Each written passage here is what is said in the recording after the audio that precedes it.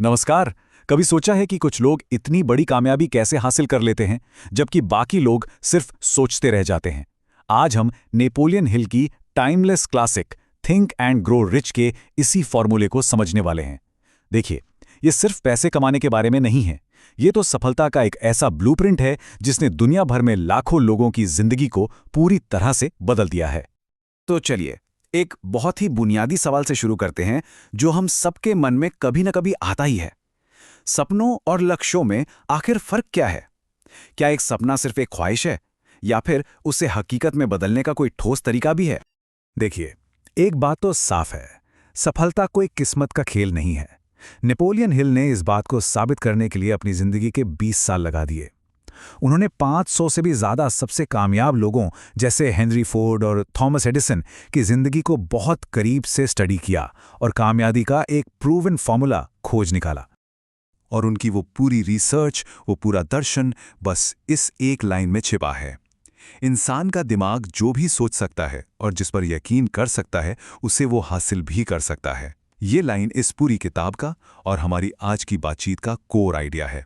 इसे याद रखिएगा। तो कामयाबी का वो असली राज है क्या? थिंक एंड ग्रो रिच में रिच होने का मतलब सिर्फ बैंक बैलेंस बढ़ाना नहीं है। असल दौलत है आत्मविश्वास, लीडरशिप की काबिलियत और जिंदगी में एक बिल्कुल साफ मकसद का होना। चलिए, अब इसकी तह तक चलते हैं। कामयाबी की हर कहानी बाहर की दुनिया में बाद में पहले हमारे दिमाग के अंदर शुरू होती है। ये वो सिद्धांत हैं जो एक मजबूत, सफल मानसिकता की नींव रखते हैं। और इसमें सबसे पहला और सबसे जरूरी सिद्धांत है डिजायर, यानी एक तीव्र इच्छा। ये कोई हल्की फुल्की उम्मीद या ख्वाहिश नहीं है। नहीं, ये कुछ पाने की वो जबरदस्त, कभी न बुझने वाली आग है जो इंसान को एक्शन लेने के लिए मजबूर कर देती है। अब हिल ने इस डिजायर को सिर्फ एक एहसास नहीं रहने दिया, उन्होंने इसे हकीकत बनाने का एक पूरा 6 स्टेप फॉर्मूला दिया है।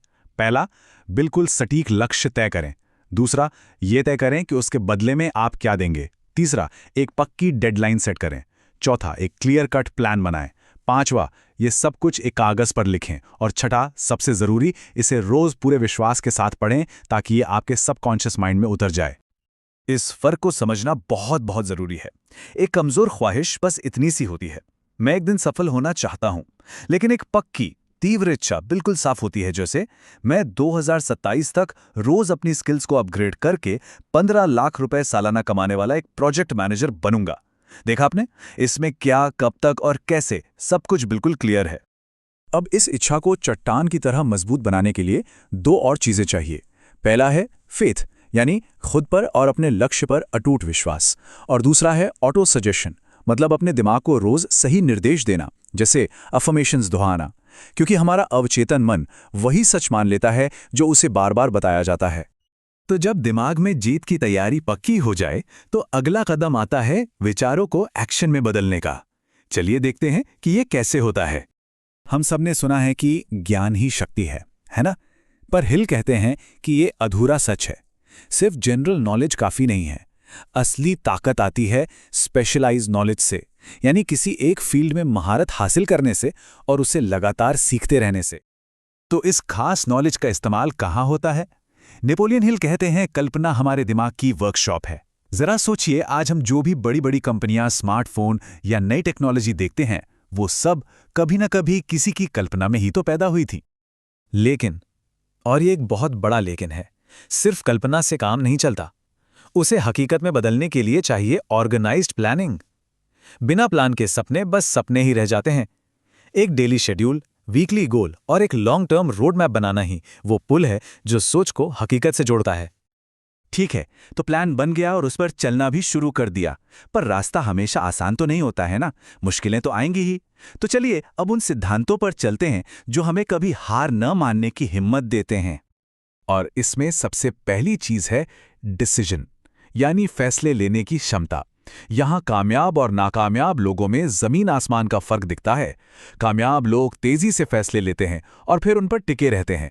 वहीं नाकामयाब लोग फैसले लेने में ही बहुत वक्त लगाते हैं और फिर जरा सी मुश्किल आने पर उन्हें बार बार बदलते रहते हैं।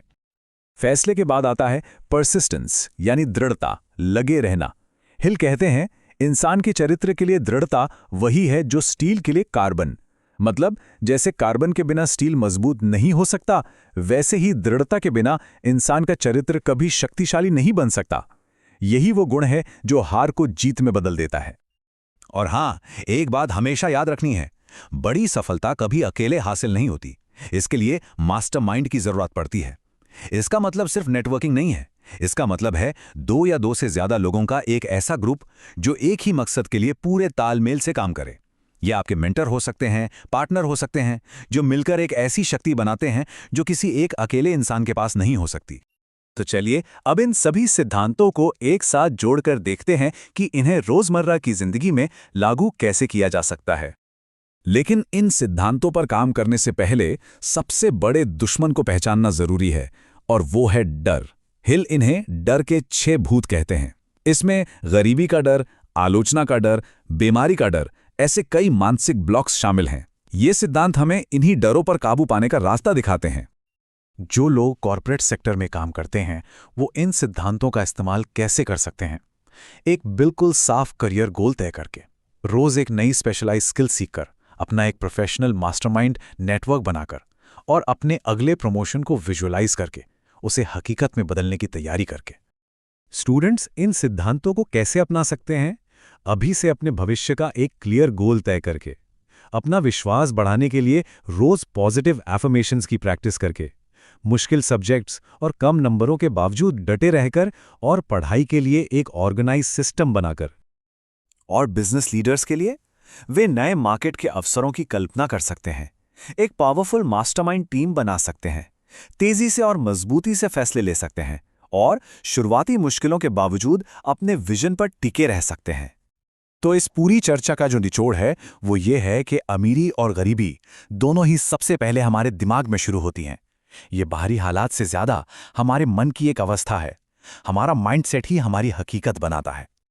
आपका दिमाग आपकी सबसे बड़ी संपत्ति है।